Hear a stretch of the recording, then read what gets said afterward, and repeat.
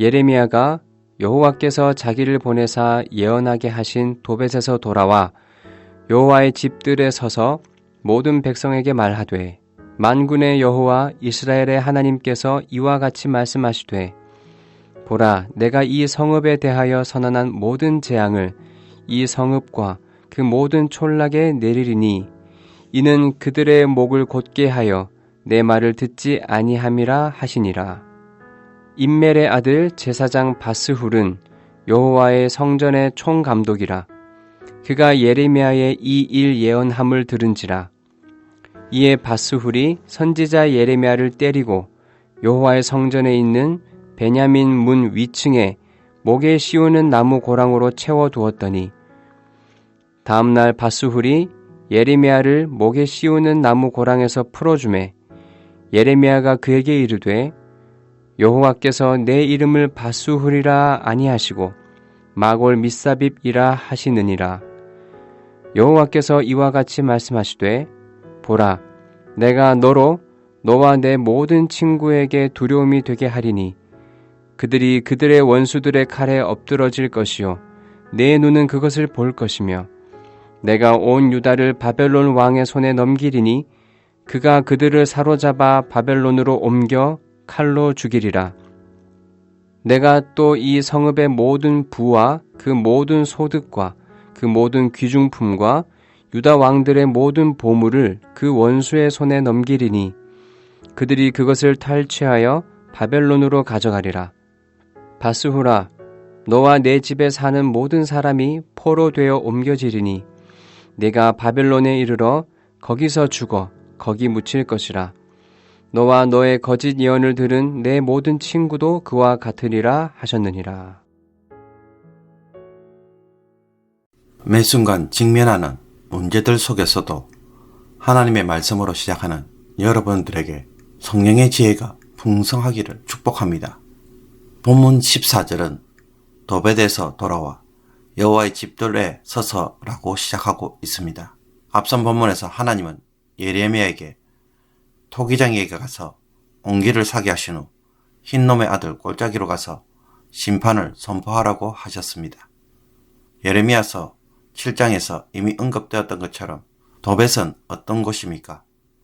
흰놈의 아들 골짜기에 도벳 사당을 건축하고 그들의 자녀들을 불에 살랐나니 내가 명령하지 아니하였고 내 마음에 생각하지도 아니한 일이니라. 유다 백성은 흰놈의 아들 골짜기 즉 도벳에서 아이들을 몰렉에게 제물로 드리는 일을 하였습니다. 또 언덕마다 바알을 위한 산당을 짓고 그곳에서 제 자식을 번제로 불살라 바쳤습니다. 그러므로 하나님은 흰놈의 아들 골짜기를 그들의 죽음으로 쌓아 살육 골짜기로 만들고 그들이 더럽힌 예루살렘을 폐허로 만들겠다고 말씀하신 것입니다. 이 말씀을 마친 후에 예레미야는 들고 갔던 항아리를 깨뜨립니다. 토기장의 손에 들린 진흙은 새로 빚을 수 있겠지만 깨진 항아리는 다시 고쳐 쓸 수 없는 것이 바로 예루살렘의 운명이라는 것입니다. 이렇게 도벳에서 돌아온 예레미야에게 하나님은 이제 성전뜰에 서서 유다 백성에 대한 심판을 선포하도록 합니다. 이곳에서 예레미야는 하나님이 말씀하신 모든 재앙이 예루살렘과 모든 성읍에 내리신다는 하나님의 심판을 선언합니다. 그때 이 예언을 들은 예루살렘 성전의 총감독인 제사장 바스훌이 예레미야를 때리고 성전에 있는 베냐민 문 위층으로 데려가서 목에 씌우는 나무 고량으로 그를 채워 넣습니다. 그를 거짓 선지자로 취급한 것입니다. 하나님이 임재하시는 성전을 하나님이 직접 파괴하실 것이라는 예언은 믿을 수 없을 뿐만 아니라 사회적 혼란을 가져온다고 여기고 처벌을 한 것입니다. 다음날 바스훌이 예레미야를 풀어주자 예레미야는 바스훌에 대한 하나님의 말씀을 전합니다.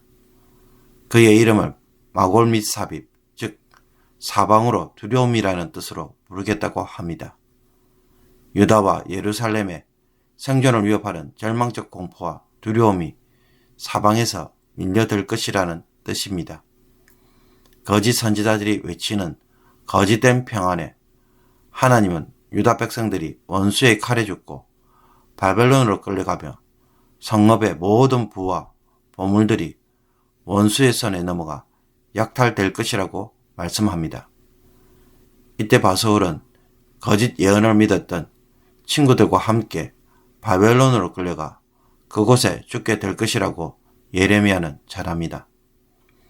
우리는 여기서 예레미야의 끊임없는 심판의 경고에도 불구하고 바수울을 비롯한 제사장들은 거짓된 평강에 왜 그토록 집착하고 있는지 의문이 생깁니다. 왜 그들은 예레미야의 말에 전혀 관심을 두지 않았을까요? 여러분이 식당을 운영하고 있는데 식당 문 앞에서 누가 서서 피켓을 들고 이 식당은 망할 것이라고 외친다면 어떻게 하시겠습니까? 대부분의 식당 주인은 몹시 불쾌하게 여기고 그 사람을 향해 물을 뿌리거나 혹은 소금을 뿌리면서 당장 쫓아내려고 할 것입니다. 누구 장사 망칠 일이 있느냐 라고 하면서 몹시 흥분하고 어떻게 해서든지 식당 문 앞에서 그와 같은 일을 하지 못하도록 막을 것입니다. 식당 주인에게 식당은 자신의 생계를 이어가는 중요한 수단입니다. 이것을 위협받는데 그냥 버려둘 수 있겠습니까?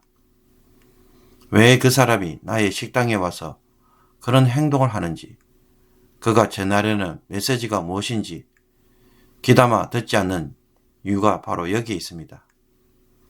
눈앞에 있는 이익, 즉 장사에 방해되는 것에만 온통 신경 쓰고 있기 때문입니다.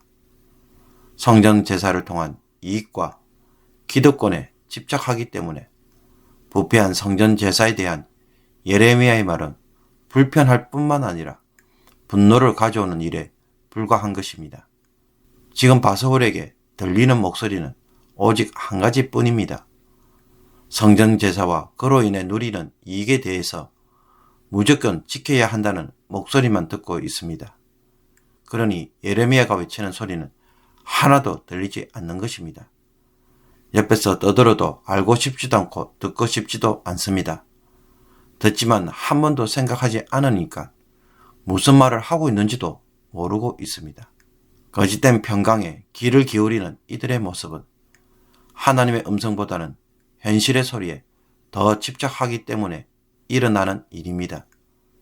당장 그것을 우선적으로 해야 내 삶이 평안할 것이고 안전할 것이라는 목소리에 귀를 기울이고 있는 것입니다.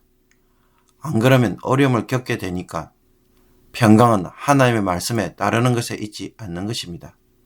가정과 직장에 대한 우리의 지나친 염려와 걱정은 우리의 평강이 어디에 있는지를 보여줍니다.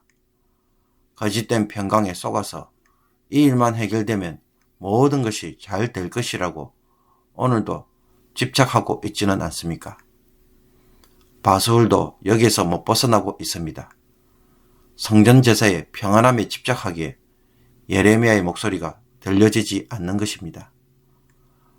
그렇다면 여러분에게는 지금 주님의 음성이 들립니까?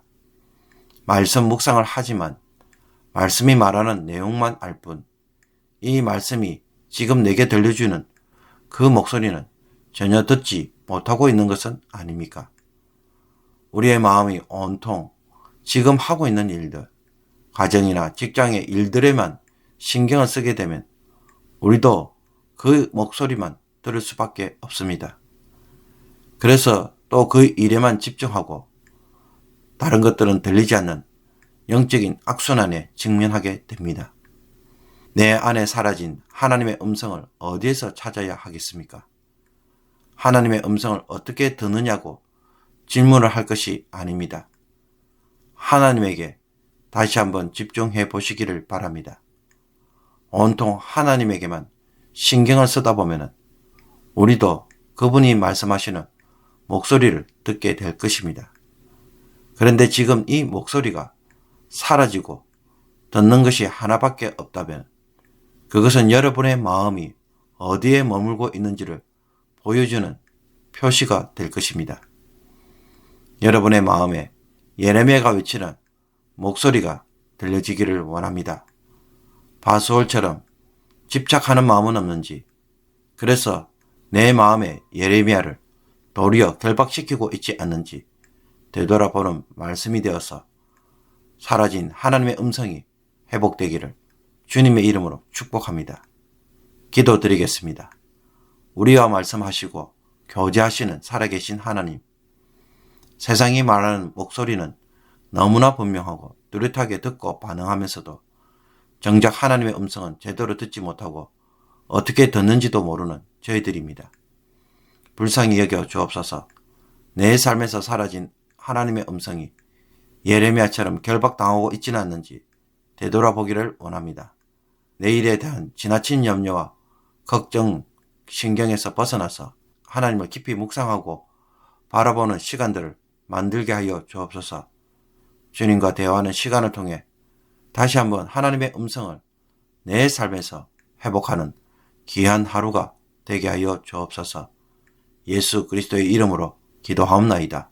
아멘.